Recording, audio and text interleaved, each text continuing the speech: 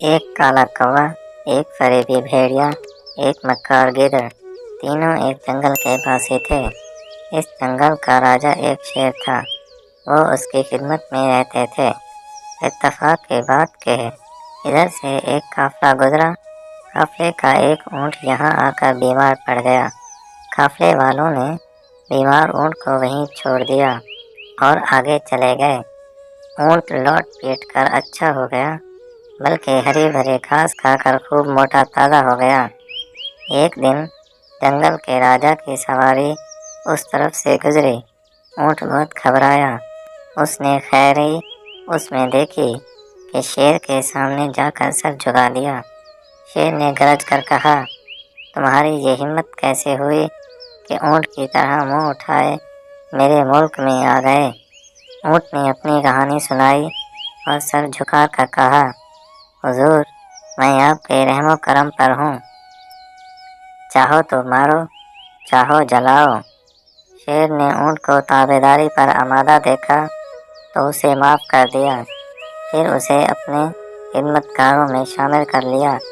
کوے، بھیڑیے اور گیدڑ کے ساتھ ساتھ اونٹ بھی شیر کی خدمت کرنے لگا۔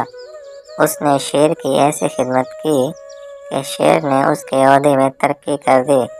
اس پر کوا، بھیڑیا اور گیدڑ تینوں بہت جلے۔ انہیں ڈر ہو گیا کہ کہیں یہ ترقی کرتے کرتے ان سے آگے نہ بڑھ جائے، بس اس کی جان کے ویری ہو گئے۔ ایک دفعہ کیا ہوا کہ شیر کی ایک ہاتھی سے لڑائی ہو گئی۔ شیر زخمی ہو گیا، اس پر قابل نہ رہا کہ شکار پر جائے۔ وہ شکار مار کر لاتا تھا تو اس میں سے بھیڑیے، گیدڑ اور کوے کو بھی حصہ ملتا تھا۔ اس طرح ان کا پیٹ پلتا تھا۔ اب وہ بھوکے مرنے لگے۔ شیر نے کہا، میرے پیارو، میں خود تو بھوکا رہ سکتا ہوں، تمہیں بھوکا نہیں دیکھ سکتا، مگر کیا کروں، آج کل طبیعت اچھی نہیں، لمبی مارچ پر نہیں جا سکتا۔ ہاں، اگر آس پاس کوئی شکار ہو تو مجھے بتاؤ۔ کوا، بھیڑیا اور گیدڑ تینوں ہی اپنی اپنی جگہ فنا تھے۔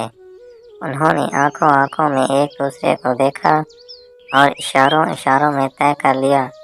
کوا بولا، حضور، یہ جو اونٹ ہے کہیں باہر سے آ گیا ہے اور مفت کی روٹیاں توڑ رہا ہے۔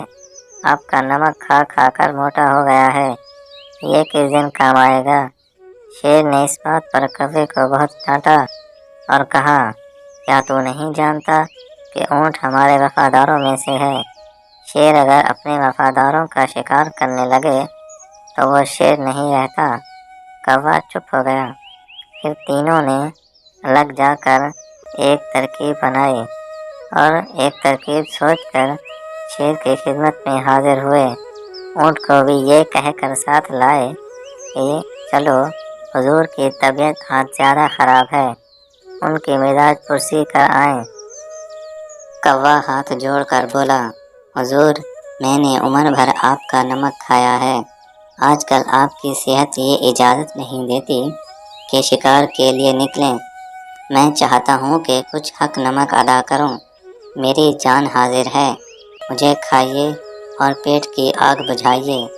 گیدڑ فوراً آگے بڑھا، اے کوے، تیرا حبشہ ہی کتنا ہے، حضور کا ایک لقمہ بھی نہیں بنے گا، تیرے بجائے میں اپنے آپ کو پیش کرتا ہوں اور چاہتا ہوں کہ حضور کے دسترخوان کی زینت بنوں۔ اب بھیڑیا آگے بڑھا، اے گیدڑ، تو اپنے آپ کو بہت تنوتوش سمجھتا ہے، تو ہڈیوں کا ڈھانچہ ہے، تجھے کھا کر حضور کا کون سا پیٹ بھر جائے گا؟ البتہ مجھ میں اتنا گوشت ہے کہ حضور کے ساتھ ساتھ حضور کے نمک خواروں کا بھی پیٹ کی آگ بجھ سکتی ہے۔ کوا بولا، یہ تو ٹھیک ہے کہ تجھ میں گوشت اچھا خاصا ہے، مگر تیرا گوشت صحت کے لیے مضر ہے، حضور کی طبیعت آج کل اچھی نہیں، تیرا گوشت کھائیں گے تو طبیعت اور خراب ہو جائے گی۔ جب تینوں اپنی اپنی جگہ کہہ چکے تو اونٹ نے دل میں کہا کہ آخر میں بھی تو شیر کا نمک خوار ہوں، مجھے بھی اپنی وفاداری ثابت کرنی چاہیے۔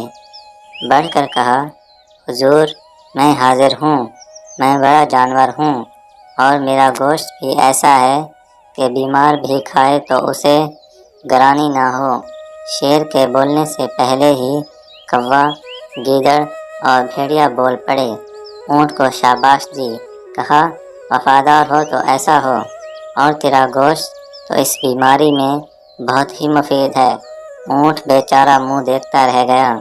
کوا، گیدڑ اور بھیڑیا اس پر چڑھ دوڑے، دم کے دم میں اس کی تکہ بوٹی کر دی اور اونٹ کو کچھ ہی پل میں چیر پھاڑ کر رکھ دیا۔